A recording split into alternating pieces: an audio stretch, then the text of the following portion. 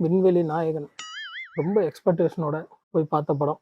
ஏன் sir Mani Ratnam sir, ரொம்ப கஷ்டமா இருந்துச்சு சார். செக்கச்சவந்த வானம். இந்த படம் வந்து பார்த்தீங்கன்னா, ரொம்ப பார்த்து என்ஜாய் பண்ணேன் சார் படத்த. கிட்டத்தட்ட 3 தடவ மேல பார்த்துருப்பேன்னு நெனைக்கிறேன். அவ்ளோ சூப்பரா இருக்கும். குடுத்த கேரக்டர் எல்லாருக்குமே வந்து கச்சிதமா அமைஞ்சிருக்கும். இந்த படத்துல ஒண்ணுமே வந்து எனக்கு அது சிங்க்கே ஆவல சார்.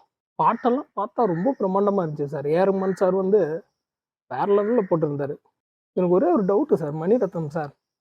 கமல் சாரு மலையிலேருந்துலாம் உருண்டு ஓடியாருவார் சார். அதுவும் படத்துல நெறைய இடத்துல அவர் மேல அட்டாக் நடக்கும். ஏகப்பட்ட குண்டுகள் அவர் மேல பாயும். அவருக்கு ஒண்ணுமே ஆவாது சார். அப்பதான் சார் புரிஞ்சுது அவர் விண்வெளி நாயகன்னு.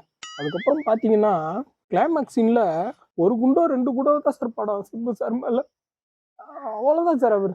கிளைமாக்ஸ் சீன்ல. அவர் விண்வெளி நாயகன் இல்ல சார். இப்போ புரியுது. நீங்க தான் சார் விண்வெளி நாயகன். வேற லெவல் சார் படம். இந்த மாரி படம் தயவு செய்து எடுக்காதீங்க சார் இனிமேலு.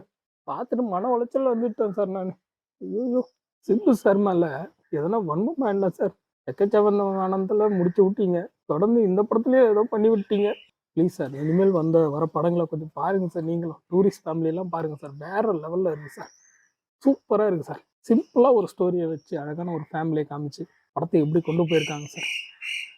அந்த மாதிரி ஒரு படம் எடுங்க சார் இனிமேல். ஆக்ஷன் பிளாக்லாம் பயங்கரமா இருக்கும். கேங்ஸ்டர் படம்.